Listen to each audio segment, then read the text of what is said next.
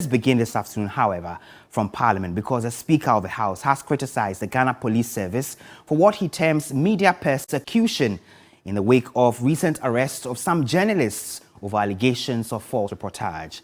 Alban Bagbing says the development takes the country back to the dark days of media persecution. Speaking at the inauguration of a media centre in Parliament, the Speaker insists any attempts by politicians to use the police to serve as a regulator for ethical journalism will fail.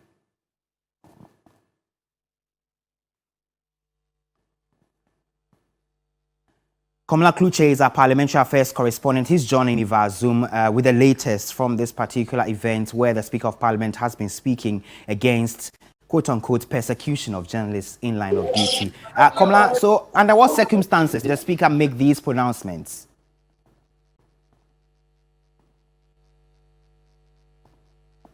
I guess Komla Kluche is yet to join us. Once he's able to join us, we'll get him to, explain further to us the stories that the Speaker of Parliament has criticized the Ghana Police Service for what he says is media persecution in the wake of recent arrests of some journalists by the security officials over claims of false reportage.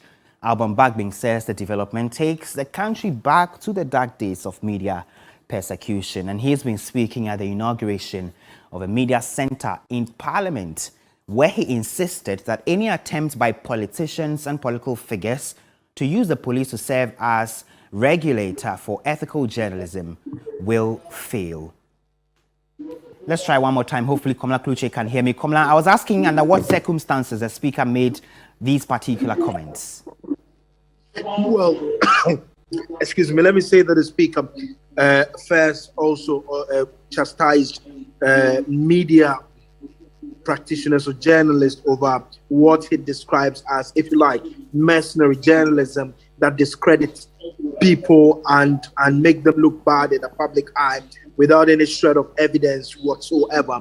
He went on to say that, yes, as the media and then politicians, there's a need for them to work hand in hand, but the desire to make the story or to break the story first and also to make the news that lead to some journalists who go ahead to discredit people is really unacceptable.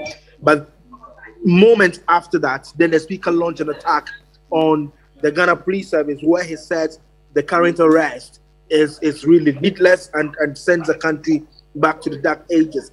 Now, you will recall that in the recent past, just about a week or two ago, some journalists have been arrested by the Ghana Police Service over the publication of false information and the like.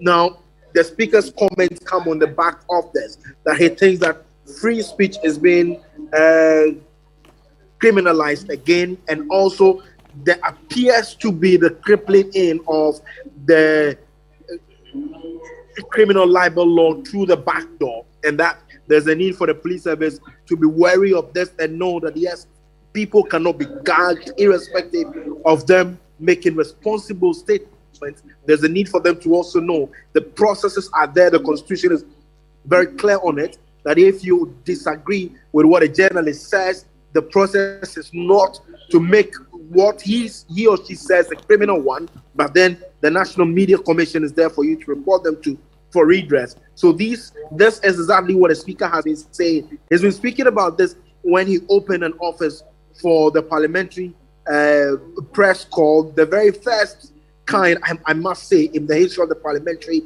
press call, where the Speaker has opened that office for their use. It hasn't been like that before, but just this morning, the Speaker opened it. I must say that the Speaker was very displeased about the happenings and said the Ghana Police Service would take cue and make those amends going forward, and that these individuals who probably are being hounded or are being chased by the police and been put before court, the appropriate thing will be done for redress. Where apologies have been given, they should be accepted, and then even those individuals, so the media practitioners and the like themselves, would also learn some useful lessons of it.